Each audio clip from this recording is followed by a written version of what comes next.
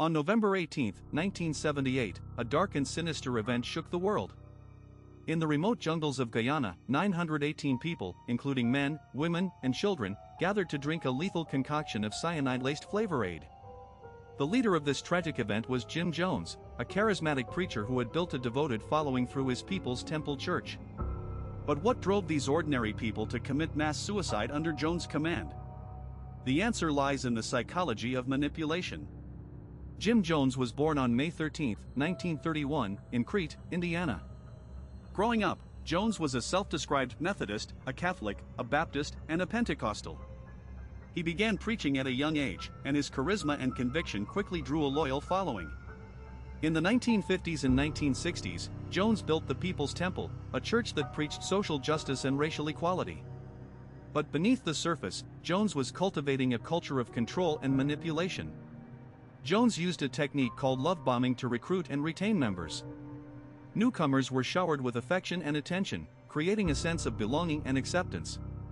But once inside, members were gradually isolated from the outside world. They were encouraged to sever ties with non-temple friends and family, and their passports were confiscated. This isolation made members increasingly dependent on Jones and the temple. Jones used fear, public humiliation, and sleep deprivation to control his followers. Members were subjected to white nights, rehearsal suicide drills where they were instructed to gather and prepare for mass suicide. Those who disobeyed or showed dissent were publicly humiliated and sometimes physically punished. Some members were even injected with medications against their will. This psychological manipulation created a culture of compliance and obedience. In 1974, Jones decided to relocate the People's Temple to Guyana, where he established the Jonestown settlement. He promised his followers a utopian community, free from the troubles of the outside world. But in reality, Jonestown was a prison, where members were trapped and forced to work in grueling conditions.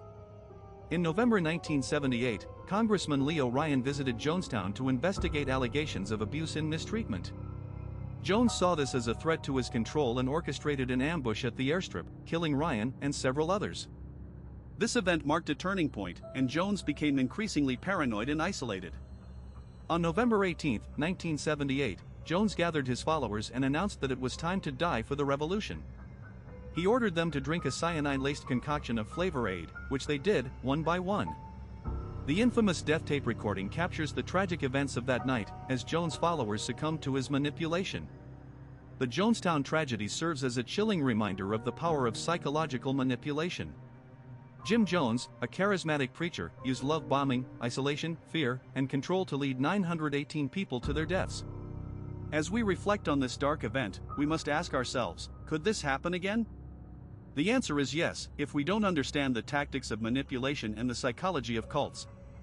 If you want to learn more about the psychology of cults and manipulation, subscribe to our channel, Mind Trap. We're committed to exploring the darker corners of the human mind, and we want you to join us on this journey.